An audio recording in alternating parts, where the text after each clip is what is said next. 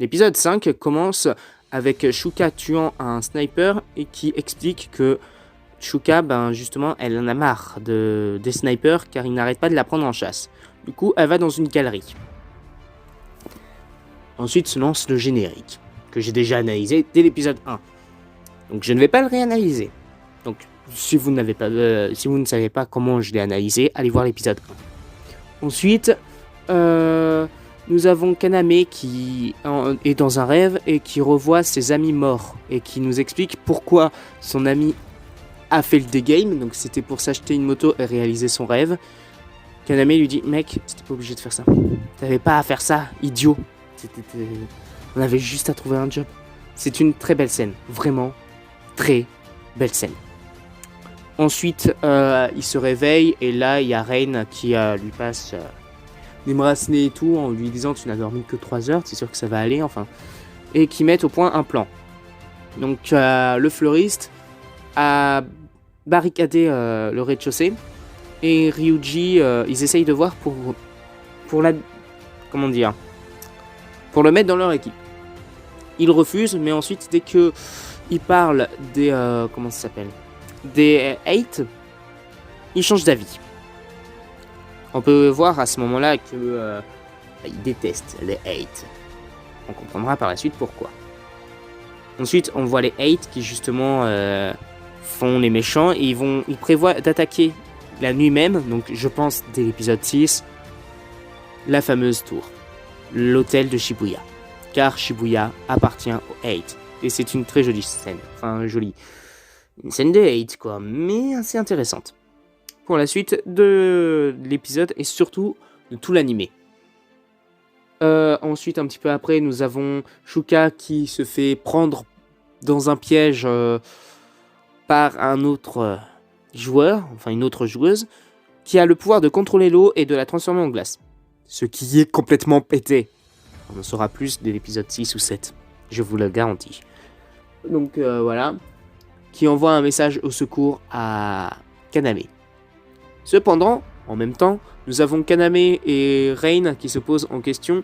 Tiens, c'est bizarre comment c'est formulé parce que le jeu, ils disent que le vrai but pour le finir, ça a l'impression que c'est pas d'avoir 3 bracelets, c'est encore autre chose. Il y a des arrivées, enfin, comprennent que le but n'est pas que de ramasser 3 bracelets. Mais quel est le but? Un petit peu après, Kaname va vouloir sauver justement son ami Shuka et il sera accompagné de Reiji. Et Rain, elle, ira au-dessus de l'hôtel, sur le toit, car c'est une excellente snipeuse. Voilà. Comme ça, elle peut couvrir toute la zone à 1 km, comme elle dit. À la ronde, ce qui est énorme. Les snipers qui regarderont cette vidéo pourront vous le confirmer.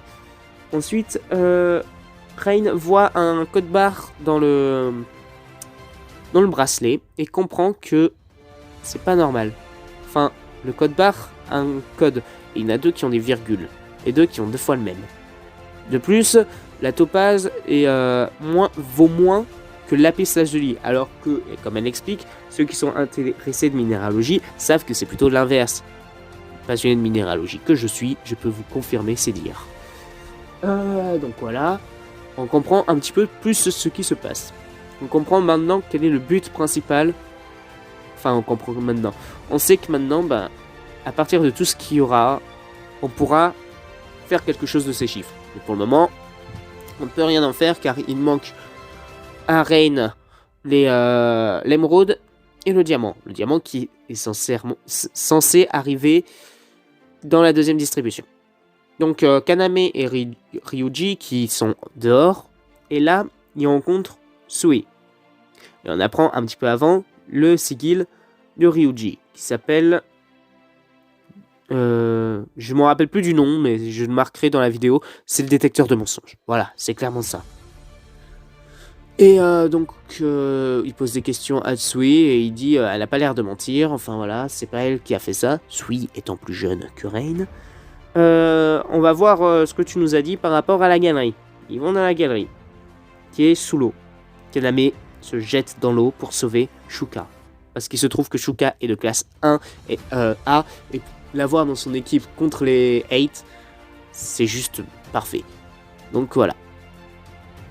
Et là, On voit Ryuji dit, t'as intérêt à tout me dire. Parce que je sais que tu mentais. Kaname, il est idiot. Mais moi, non. Moi, j'ai un détecteur de mensonges. Je suis un détecteur de mensonges, donc tu vas me dire toute la vérité, petite merde que tu es. Sinon, voilà, tu vas tâter mon fusil. C'est clairement ça qu'il lui dit. Bon, il peut pas car elle a réussi à geler le fusil. Enfin, la gâchette. Bon. Et juste après, Shuka dit qu'elle fait de l'hypothermie, donc elle a deux doigts de lâcher. Elle lâche, l'épisode se termine. La fin nous laisse sur notre fin, sans mauvais jeu de mots. C'est une très belle fin pour cet épisode, car ça donne envie de voir la suite. Et voilà. Cet épisode est vachement plus court que les autres, mais aussi, il se passe rien, quoi. Enfin, l'épisode, il tourne en rond. C'est dommage, mais c'est ce qui se passe vraiment dans le manga, donc ils peuvent pas inventer des scènes. Voilà.